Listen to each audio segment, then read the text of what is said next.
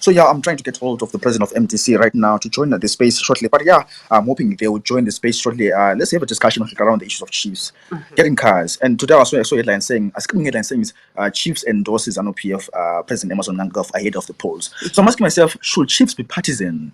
Should chiefs endorse a political party? Is it okay for traditional leaders to say we're openly endorsing this candidate for elections? And again, vis-a-vis with Sandra Ndebele throwing away into saying, I want to run as a councillor for Pelandaba and Chavala, right? People are dragging and saying, no, why are you doing that and so on, and so on and so on and so on. But at the same time, I was saying we have democratic space in Zimbabwe where anyone and everyone can affiliate with any party. So why do we drag someone because they're choosing a side that they want to choose or want to run with?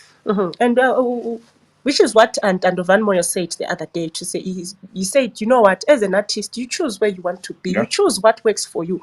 And if she wants to be in politics, if she wants to run and also do arts, well, and if she's eligible, then well. But again, it goes back to the maturity of us as voters, to say we push democracy, right? To say, yeah, democracy, this, democracy, that. But when one of us says, I want to run under the NOPF, they are dragged. And they're labeled. But this is the democracy that we're pushing every day. Remember, in our constitution, there's this thing of freedom of association, right? I can associate with whatever party I want. I'm a Zimbabwean, it's my right. But again, in Zimbabwe, when someone says, okay, I want to be part of ZANU-PF, let's be sorry again. I'm part of ZANU-PF, someone is dragged. Why are you choosing that party? And so on and so on and so on. So why are we doing that in terms of we are preachers of democracy or human rights active? But again, when it comes to umuntu affiliating ZANU-PF, we change our stance, change our goalposts. And then you even hear statements like "I party yamaqhegu lezalukazi" and all that. I mean, is that one of the reasons why people join parties to say, no, I want to be with the old or be with the young? And again, goes back to the issue of Chapman now. Chapman said, I'm a new player in this game. I'm coming into the game to also contest. He's labeled a project of ZANU-PF. He's labeled a CIO agent and so on and so on. But again, we're saying we are the agents of democracy. We want to. Do you have many parties throwing their jackets to want to run for what president and so on? But why do we have this mentality to say in Zimbabwe politics is either you're Triple C, MTC, or ZANU-PF? If someone new wants to jump in there, we label them, we insult them, we drag them. Why are we doing that as citizens? Yeah, and then again, remember, we're talking about the issue of women in politics. I heard a statement, someone saying that I mean, honestly, now they're now even being sexist and all that when someone is exercising their right, their civic right. But again, if it's men, if a man jumps into say I want to contest, they are not dragged that much. But if it's a woman, we have issues now. Why is she married? Why is she doing this? She qualified. Why do we even drag women about issues of marriage status? So because they are women, they want to jump into politics. But if it's men, no one questions their marriage status. No one questions how many times they've been married. But if it's women, we seem to be these referees and these prefects to say we want to know their status. We want to know where she worked. We want to know how qualified she is. Come on, guys. It's not democracy. This is not democracy. Yeah, and I also saw on her post that she wrote Sandra Ndebele Sibindi. Yes, she's married. She's married. Yeah. Well, for me, it was the first time seeing her using Ndebele Sibindi. But again, I want to like to question the qualification of a candidate like Sandra Ndebele. How qualified? In what will she push once she becomes the councillor? Guys, allow her to exercise a democratic right to affiliate with any party. If she wants to run for MRP, allow her to do that. If she wants to run under Triple C, allow her to do that. If she chooses to run under ZANU-PF, allow her to do that. That's a democratic right to do that. Guys, in the meantime, we're waiting for the president of MTC, the Senator Douglas Mother, to join us shortly and have a discussion with him. If you want to request the mic to talk about different issues around the chiefs, getting cars and also endorsing the president Emerson Mnangagwa for ahead of the polls, please do request the mic. Want to hear from you. If you want to react around the issue of Sandra Ndebele running again as councillor for Chavala Pelandaba, do request the mic. We want to hear from you this morning. I'm just speaking about the issue of democracy. We seem to be dragging people about their rights. I want to affiliate with this party. We drag them. We want to hear from you this morning around that as well. And again, you were speaking about the chiefs to say that what questions come up when they get such cars, luxurious cars, every 5 years. They have medical aid, water, and all that. And you know, when a whole city like Bulawayo is facing water challenges, and there are so many other challenges. You spoke about service delivery, water included, the roads and all that, and we have so much money being channeled to the comfort of others. Quite interesting there. I wonder what our guests have to say, and their views on this gesture that the president has. So for me, it was the issue of the chiefs that came out in public, in the open, and declared and endorsed the President Emmerson Mnangagwa ahead of the polls. For me, is it okay for leaders to endorse, for traditional leaders to endorse other political players? Are they supposed to be partisan in particular? Are chiefs supposed to be partisan in Zimbabwe? Why are they partisan? What message will they take to the city, to the villagers back home after declaring and endorsing a president? So for me, it was quite sad to after getting those cars and or medical aid, they endorsed the President Mnangagwa ahead of the polls. For me, are they supposed to be partisan? I see you have a guest, Jani, just joining us there. Contestino, good morning. Welcome to This Morning on Asake. Good morning, Brighton. Good morning, everyone. I hope I'm audible. Yes, you are. Please go ahead with your contribution. Okay. I just wanted to pass a comment in regards to the freebies that the chiefs have received. I'm just wondering if these cars that have been passed out, it's money that has been budgeted for by the Minister of Finance, or it's just picking from someone's pocket. Where does the money come from that buys these cars? And the medical aid, is it how is it benefiting them?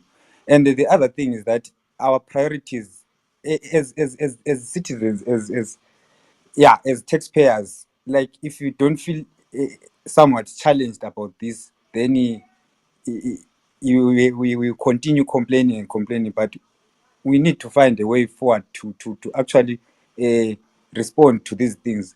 We have advocacy groups that can actually speak on what should happen when something like this happens. When purchasing things like cars out of budget is something which is not a priority for the country. We know that definitely this is being done to buy votes, because we have seen chiefs playing a very critical role in influencing how people in rural communities are affiliated with the ruling party. So what is the way forward? What can we do? What can we say about this? And then the issue of chiefs being partisan, well, the cars speak of itself. The money that has been used to buy the chiefs' cars, it's actually a way of making sure that the chiefs play along. So that chronically headline it actually says it all. The cars have brought the rural support. We are going to see a lot of them coming forward and actually professing their love for the ruling party. Thank you. Thank you so much, Constantine, for that contribution. Quite interesting observations coming from Constantine. He's saying, where is the money coming from? And honestly, I've seen that where there are so many projects that are stolen, there is no money and all that. But suddenly, when chiefs have to get cars, the money is there, the cars are available. And again, he's saying, can't there something be done to say, you know what, this was not budgeted for, or this can't do now. Let's stop this and do this. What can we do? Issue of misplaced priorities, misplaced priorities. Guys, if you're just joining us this morning, we're talking about the issue of chiefs. So chiefs partisan in Zimbabwe. This comes after Israel. Chiefs were given cars as a IDF during the chiefs conference where President Mnangagwa was there presiding over that conference. So Njabulo, I see you're a speaker now. Please do go ahead, Njabulo, with your contribution.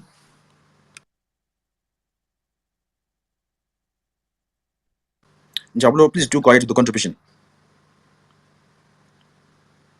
We seem not to be getting Njabulo. It's quite interesting what Constantine was saying around the issue of chiefs. My priorities are they misplaced? To say when you want tablets, it's very good, but when it comes to chiefs, they're getting cars. Where is the money coming from? And again, he even raised the issue of saying that this comes across as vote buying. To say, you know, the chiefs being the influential leaders in our communities, you know how the system is different. Emakaya, they have some sort of influence. So that's why he's saying it comes across as vote buying. Yeah, guys, please do request the mic. I want to hear from you this morning. And also, I see now we have Councillor Mpumelelo Moyo joining us there. Good morning, sir. Welcome to This Morning on Asake. Thank you very much and good morning. Okay, I also want to comment on the issue of the cars that have been bought by the government. The government have bought chiefs the cars, but it's unfortunate that you have got pressing issues like clean water, which is still an issue in our cities. You have got pressing issues like the availability of ZESA. So in actual fact, it's just an issue of misplaced priorities. It's not about the citizens. It's not about me and you, but it's a failed state. It's a regime that prioritizes power retention at the expense of the suffering citizens. There's no medication in our hospitals. People are dying daily of sicknesses that can be easily cured, but you see a lot of millions being spent on vehicles. It's very sad and it's very unfortunate. Thank you. Thank you so much, Councillor Mpumelelo Moyo, there for raising that issue there. It's about misplaced priorities. As Golo, there are different things shorter, as Begela, into shorter. Our roads are in dire state, but we buy chief's cars. Year in, year out to buy chief's cars. Is it feasible, guys? Where is the money coming from? I see you have Jabulo. Then Jabulo, good morning. Welcome to this morning, Nasake. Jabulo, your hand is up. Please do go ahead. Morning. Hi. Sorry about that. I went on another call, but anyway, one of the things that I wanted to comment on was the issue of the chiefs being bought cars. How does the government buy chief cars? You go to those chiefs areas that they are presiding over, you will find that they have clinics that don't even have ambulances, but the government has the luxury to buy the chiefs that are presiding over places that don't even have ambulances, to buy them luxury cars for them to be moving around when they cannot even attend to patients. You check the development in those schools to see where the chiefs are. You'll find that these chiefs also, they are to blame because they are showing that they are not representing the will and the wishes of the people that they are leading. They are only representing their own issues to the government, because I feel if they're also pushing agenda to say no, don't buy us cars, buy us ambulances, buy us the things that will develop our areas. Those chiefs, you go to where they are going to drive those cars, they are broken down bridges. There are bridges where they are flooding, but they are telling the government, buy us a car. Where are they going to drive those cars in the first place? Which roads are they going to even drive those cars? Where is the infrastructure to be driving those cars in their areas where they are coming from? So I feel, we have misplaced priorities in our government from, I don't know, from all levels of leadership. When you look at them, they are just misplaced priorities, from the leaders to the councillors to even the presidium itself. How do you even bring up and buy people cars, even in the state that we are in as a country? How do we even afford to do that and say, I know we've bought chief's cars for what in the first place? You see, so those are some of the things we need to be addressing as a country, to see if we have proper leadership in all sectors, because I feel everyone is there to milk the country. No one is looking at, let's develop the country, let's put the proper infrastructure that is going to help us, that is going to grow us economically and even social. You can't even access some of these chief places because of the road infrastructure. But they want my 2 cents on that. But I feel we have misplaced priorities, like what the other speakers have also highlighted. Thank you. Thank you so much, Jabulo, for that contribution. Jabulo is saying even the chiefs themselves have misplaced priorities. They don't even have proper roads for those cars. Yeah. They have other pressing issues from their villages as well, and they're not saying anything about it. I think at this point, no one is caring about what people want. I think at this point, no one cares about what people want. People are going in the politics for their families and their families. Look at now the primary elections with NPF are coming up, and you see new names, right? New faces and other old faces. Even family members. No, people are not coming here to serve the people; they're coming here to serve themselves. So it's quite interesting what people are saying there. I see we have Citizen X. Good morning. Welcome to the show. Good morning, everybody. Good morning, host, and thank you for bringing such a wonderful topic. My contribution is just going to be slightly, is going to slightly look at the overview of our problems. I think our problems stem from our political culture that we citizens have allowed over the years. We know that this kind of behavior has been happening every year. How many times have we seen the police or the army being awarded massive hikes in terms of their salaries in order to buy their allegiance and loyalty to the presidium? How many times have we how many times have you allowed ourselves to see certain groups of people? Right now we have groups like Teachers for ED, Posted for ED, people being given favors by the Presidium. And all this is about divide and rule. Now, our constitution is very, very clear in terms of how government should operate. That the government, the arms of state should be independent. But here we see a president, a government that contravenes the very same constitution that you and I agreed to. So until we move out of our comfort zones, whereby we discuss day in and day out and grieve in our blankets at night, we as citizens, we need now to cultivate the culture of knowing our civic duties, of knowing our constitutional rights. And these people have been knowing that as long as people are ignorant of their rights, as long as people are inactive in participating in the political development of the country or economic development of the country, we will always remain where we are as a nation. I don't think chiefs will complain about being given cars. I don't think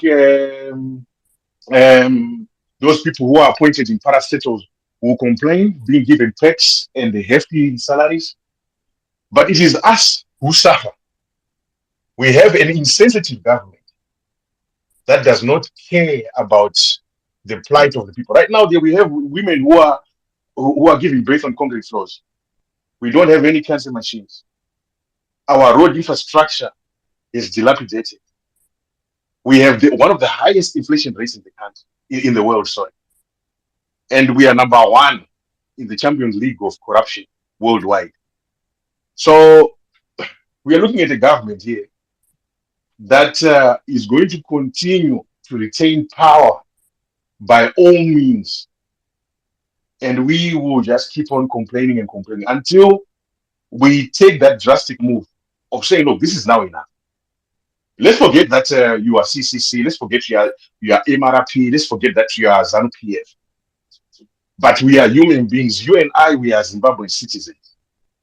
We have a constitution that we all voted for. Yet we are not doing anything about it. So we are our very own enemies in this situation. Thank you.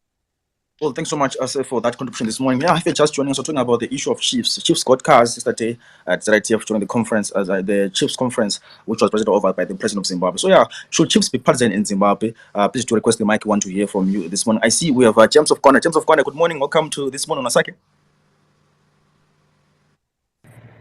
Good morning, Brighton. Good morning, everyone. Am I audible to you there? You are clear, sir. Please do go ahead to the contribution this morning. Thank you so much. Thank you so much. Indaba yama-chiefs, indaba ekhatha, indaba esefudile. At the same time, it depends how one views this thing. I'll give it in a two-way situation. If we had a stable economy, if things were normal, if roads were normal, if everything political, everything was okay, I believe the chiefs getting cars was going to be okay. It was actually going to maybe to give them more space for them to solve disputed cases within the area. They could reach out to people, but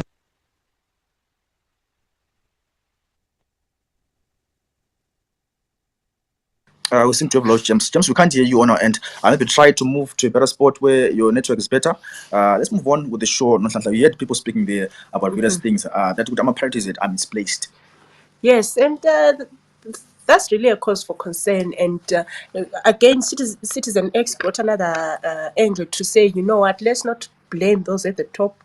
Lati, as the electorate, we are to blame. And I guess he was speaking to say, let's show that in the upcoming elections. Yeah. Let's try James one more time. James, let's try again with your network there. Are we able to unmute your mic and go ahead to the contribution?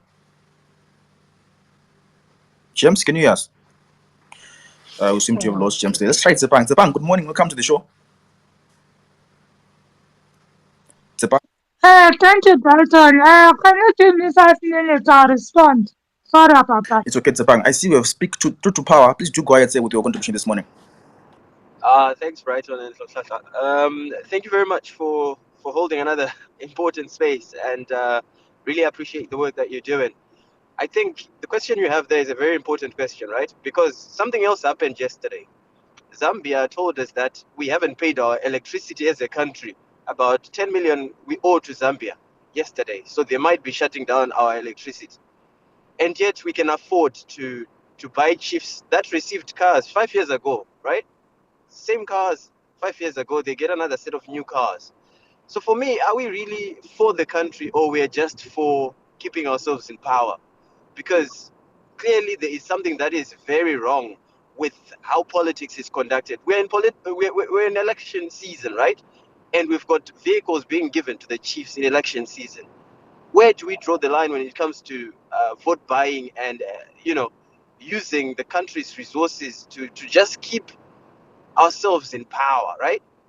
It's sad that as a country where we are being told that we need donations for ambulances, we need donations for everything else, but yet when it comes to things that really don't have a significant impact on how us and the ordinary Zimbabweans are impacted, we don't get the same sort of alertness or the same sort of response, and all it is blamed on sanctions, and then you find out that the sanctions were not as thorough as we were being told before.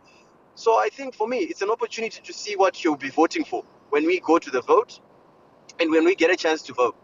We need to vote this type of politics out of Zimbabwe. We need to ensure that we get accountability in the leaders that we choose. We need to stop the abuse of our chiefs who are used for going in a certain direction of travel when it comes to elections. Because at the end of the day, these politicians, they come to you every 5 years to just give you handouts and then go away for another 5 years. Hence why we need to find accountable leaders. We need to find leaders that are going to be sympathetic to the causes that we actually have on a day-to-day basis. So for me, the chiefs getting vehicles was just a way of reinforcing what we already know as a people, that we are used by the system and the machine for certain goals during certain times, and then abused at the same time for longer periods. But as long as they stay in power, they're going to be happy. And for me, this was the straw that finally, sometimes you think maybe some of these there's new politics, there's young people in there, but they're never going to change how they operate. No matter how many young looking people that they have in place there, the order is still there. The order will still operate the way it operates, and it's not going to change. Not now, not anytime soon. So we need to make sure that we vote for leaders that are going to be accountable to us, who do not make such decisions when we don't have the right infrastructure or the right services that we need as a country at this moment in time.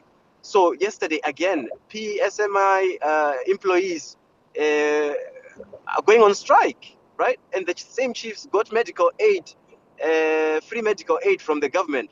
So they're creating a sort of elitism within our system, whereby if you can't influence anything, you're never going to get healthcare. You're never going to get the vehicles. You're never going to get anything out of this system, which is not okay, because Zimbabwe needs to work for all, not just a few. Thank you very much. I'll end there for now. Thanks so much, sir, for your contribution. It's quite interesting what you're saying there around what has been happening. PSI, also that company, it was one to give chiefs medical aid, isn't it? Oh. So it's quite interesting.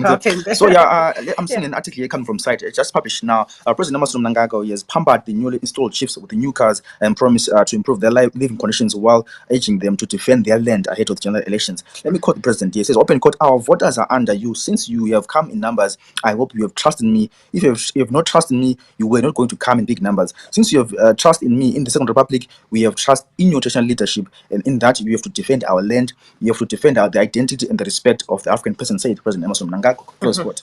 Very interesting what you are saying there to chiefs. You have come in large numbers, yes. Hence you have the numbers. All my villagers go and defend our land. Yeah.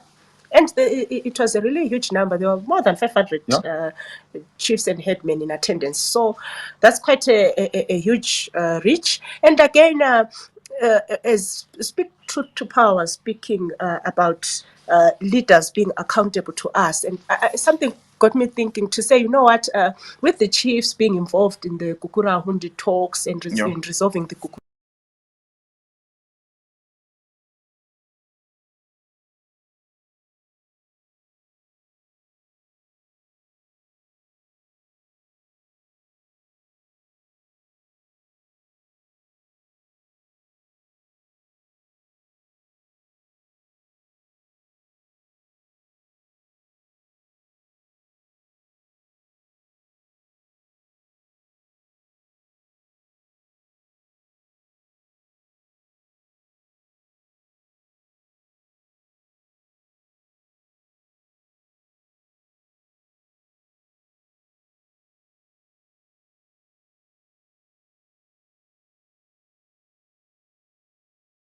Hundi and everything. What does this mean? If they are partisan, what does it mean for that process as well? I'd like to hear from Zenzela. Maybe let me try to get him online here and hear from him. But now, chiefs are in charge of Kukraund, right, hearings and so on in villages, but now they're given cards. Will they be genuine now when they go into? Let me try to get off Zenzela there. Zapang, I see you in this up. Please, Zapang, please do go ahead to the contribution. All right, thank you, Dalton. Good morning to you guys. This is a very interesting topic. Should chiefs be partisan in Zimbabwe? Chiefs should not be partisan in Zimbabwe. The traditional leadership institution is espoused in the country's constitution from section 282. It's important for you to understand that what you see happening now is history repeating itself. You understand that during colonial times, when there was the unilateral declaration of independence by Ian Smith, traditional leaders were roped in to endorse that. Traditional leaders have been more or less what I can term, for a lack of a better word, puppets. That institution has not been a strong institution. It goes where the wind blows. You need also to understand that uh, the traditional leadership in terms of numbers outweighs the number of democratic leaders. We have about a total of 27,000 traditional leaders.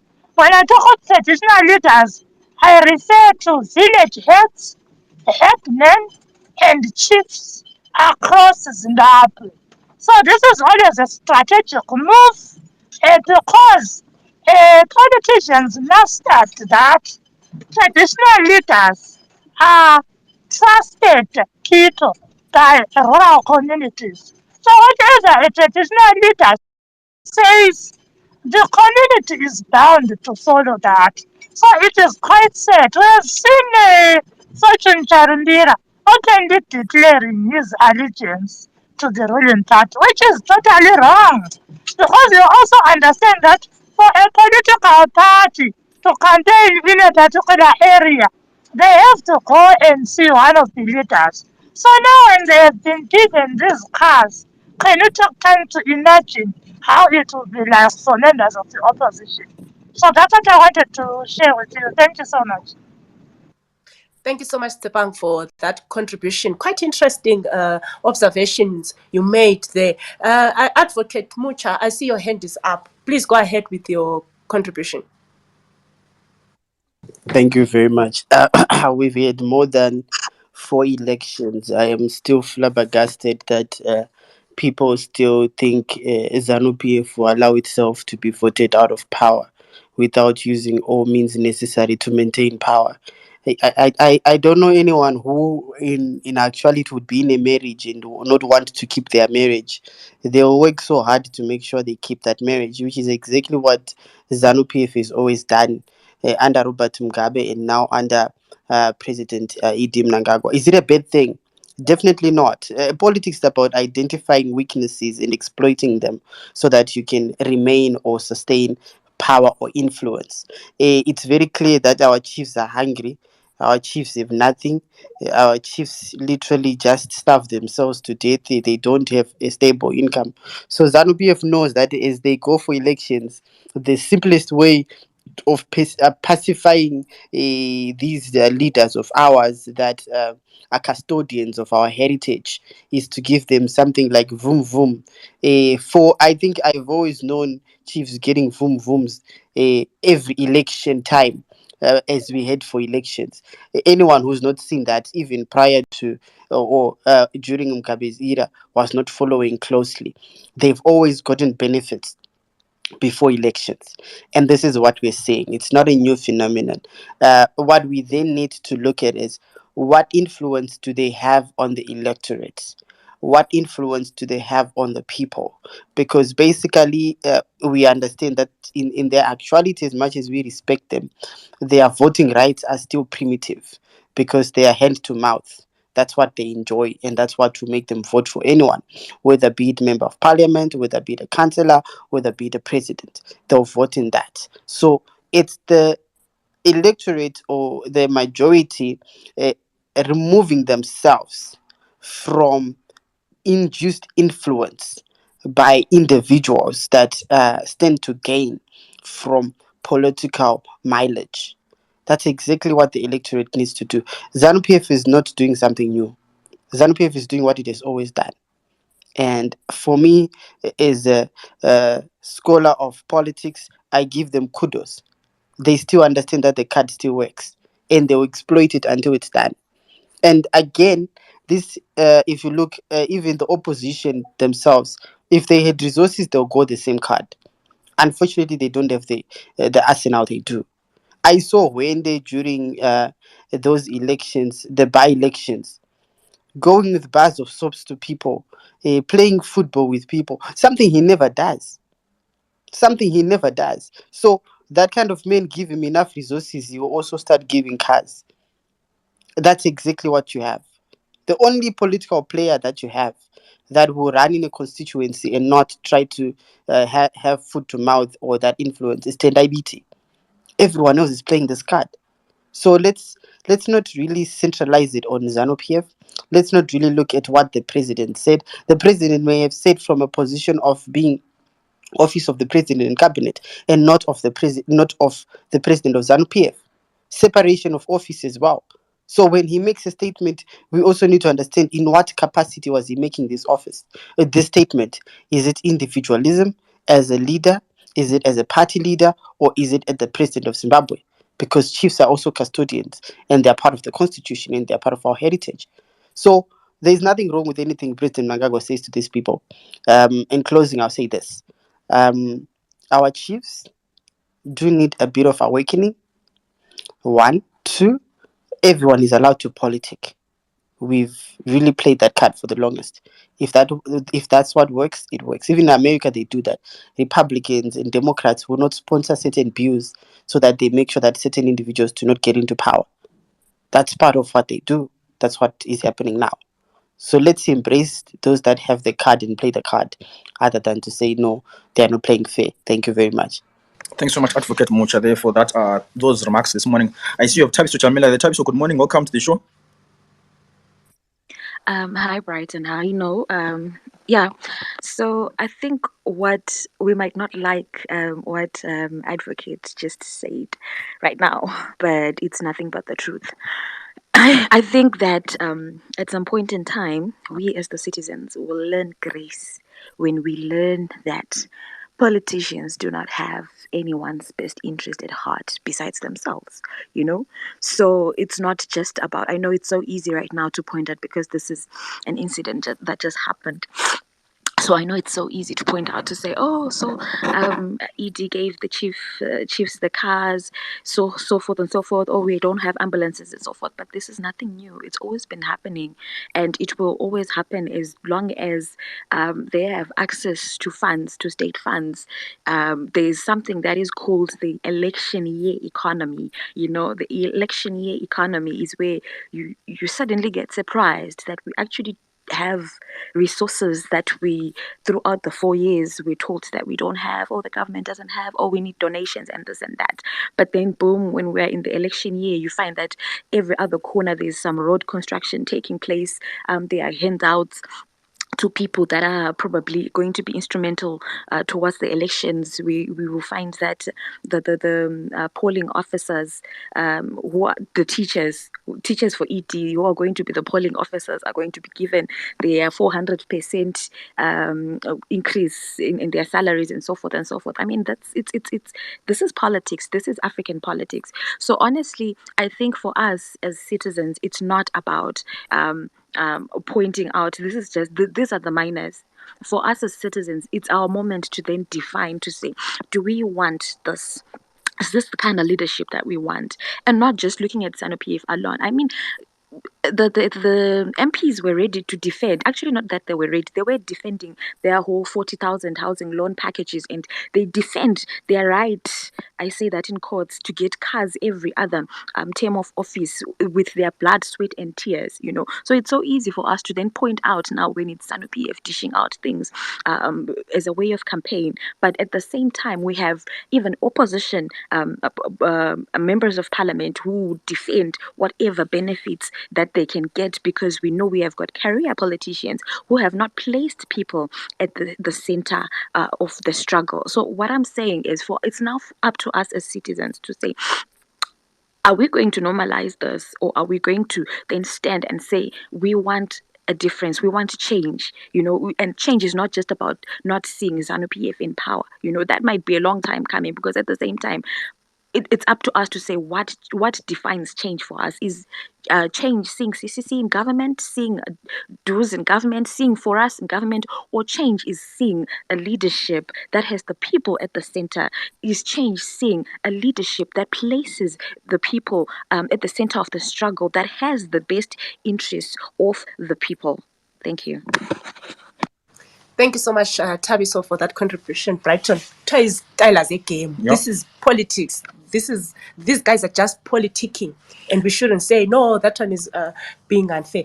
It's quite interesting what she's saying there. Yeah, guys, I see you have Tranzani from Forest. Tranzani, good morning. Welcome to This Morning on Asake. Tranzani, you can go ahead to the contribution. Good morning, Brighton, and a very good morning to everyone who is in the space. I tend to agree with many of the speakers, actually, from the perspective that they are driving in, and of course the way they are articulating their positions on this whole juncture. Looking at an analytical point of view, I will say that the chiefs are actually entitled to get the vehicles. However, the problem comes when the chiefs are prioritized more than the people of Zimbabwe. For example, the chiefs yesterday received more than 100 vehicles, and I begin to ask a critical question as to say, how many ambulances do we have in the hospitals? How many hospitals received 100 vehicles to transport the suffering masses of our people in Gutu, to transport the suffering masses of our people in Kwamaya, to transport the suffering masses of our people in Uzumba, Maramba, Pfungwe? Yes, we know the chiefs are entitled to get all these benefits because they are the leaders of the community. Coming up and say you can challenge them getting those benefits, it's basically a fallacy, because every leader in the community is entitled to get those benefits, and of course to try and move around and do their job. But let's also look at the people of Zimbabwe, because I believe that, to me, if it was a campaign strategy for ZANU-PF, it's actually a miscalculated campaign strategy. Whoever is strategizing for them should go back to the drawing board and begin to ask is to say, how many votes do chiefs have?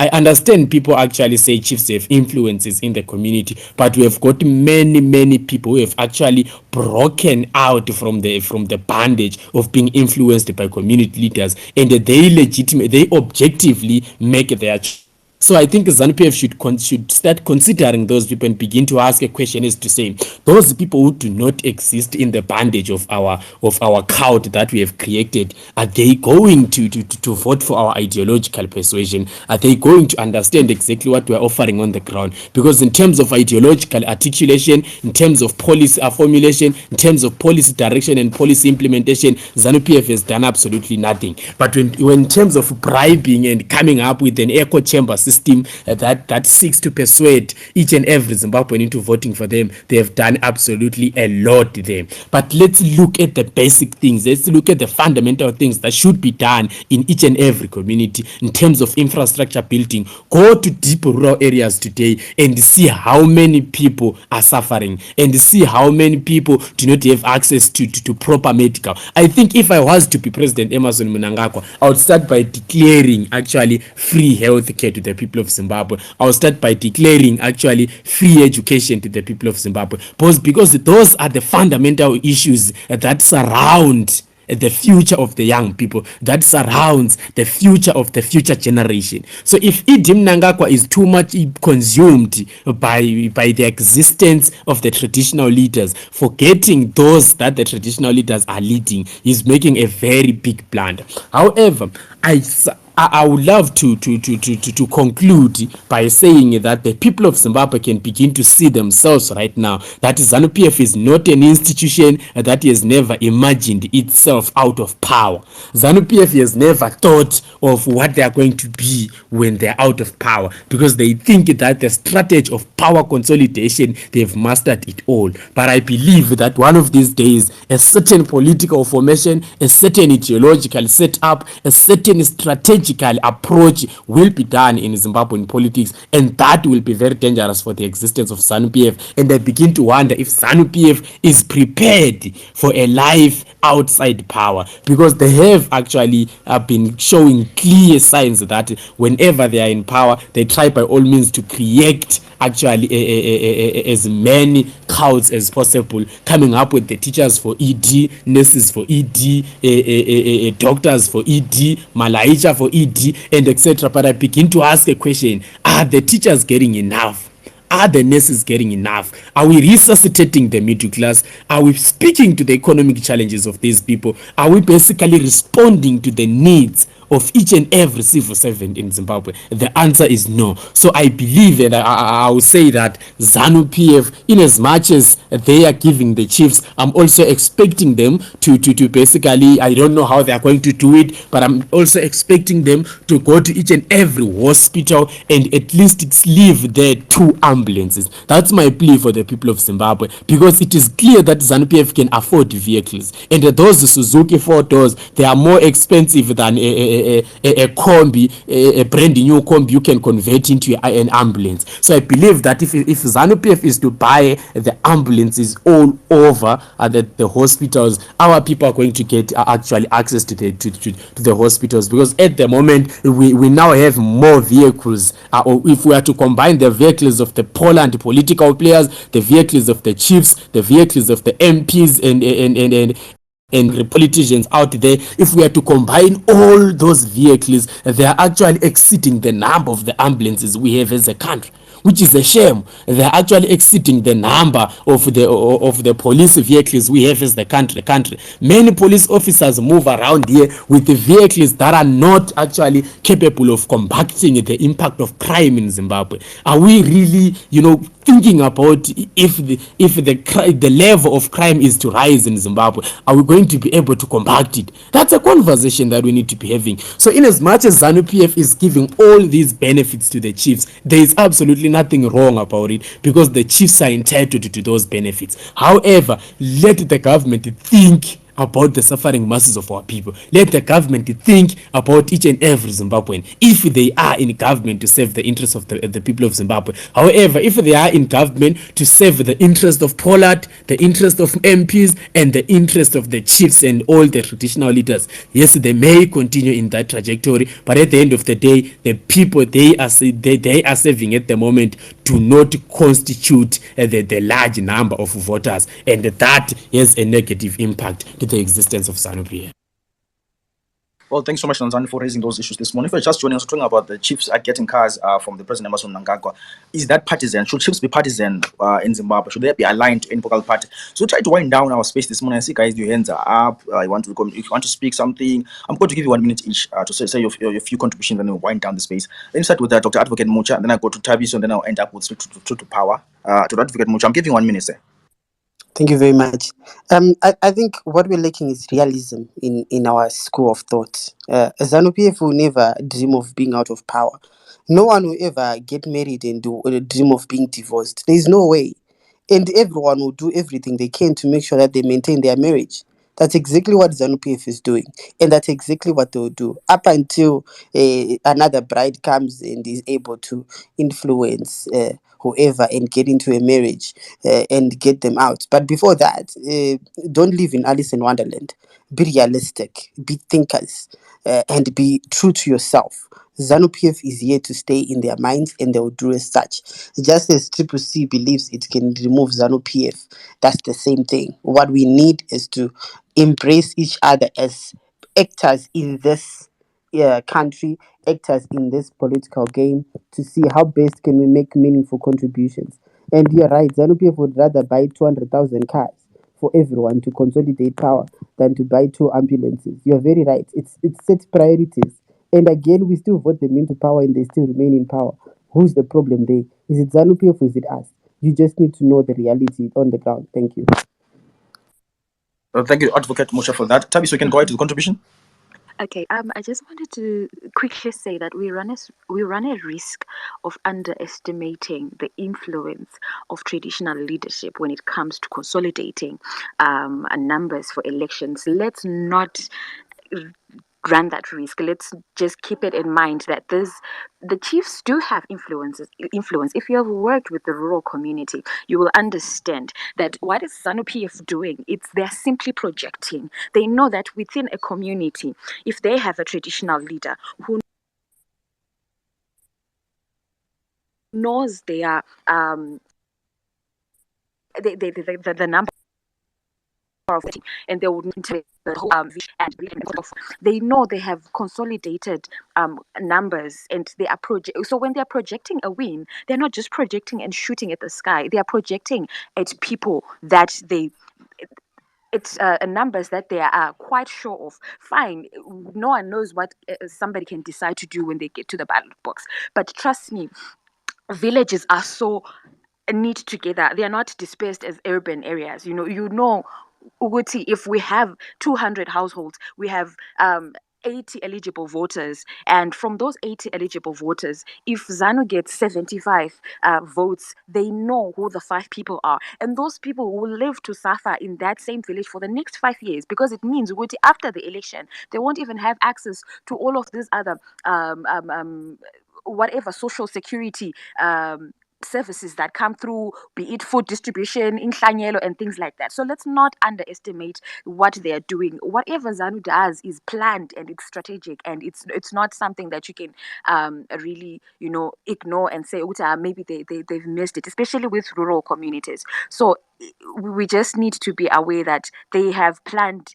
They have a game plan and it's going to work because they know that those traditional leaders do actually have influence within their communities. So yeah, that's all I wanted to say. Thank you so much, Tabiso, for that contribution and for sharing your thoughts. Speak truth to power. Please remember, be brief, 1 minute.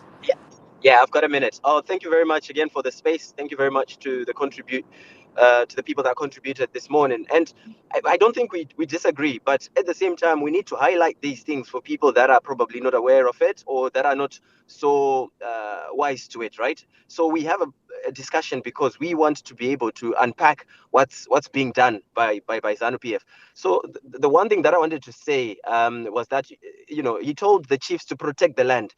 Protect the land from who? Who's giving the Chinese and everybody else the land to mine and take out the resources? It's not anyone else bar from the government, because they're the ones that are authorizing these companies to take these concessions of these mines and leaving the country in the state that it's been left in. So I think we need to remember that when the president of the country says to the chiefs some of them have been protesting about what's happening in their lands to protect the land. Who should the land be protected from? How can you protect the land from the government and the government telling you that they need to protect the land? It's confused messaging. And yes, chiefs are important in terms of the control that they have and the influence that they have on their populations. But what we are saying is we need to highlight where there is the imbalance in how the country's resources are being channeled, because the same chiefs got vehicles 5 years ago, and yet we don't have ambulances in our hospitals. Let's change the priorities. Let's highlight where the deficiencies are. Yes, it's politics. We understand they've got the purse, but in the same breath, we need to be making cognizant and protesting as much as we can, because we are the citizens, and that's all we can do at this moment in time, and highlight where the issues are. Thank you very much for giving us the time to speak today.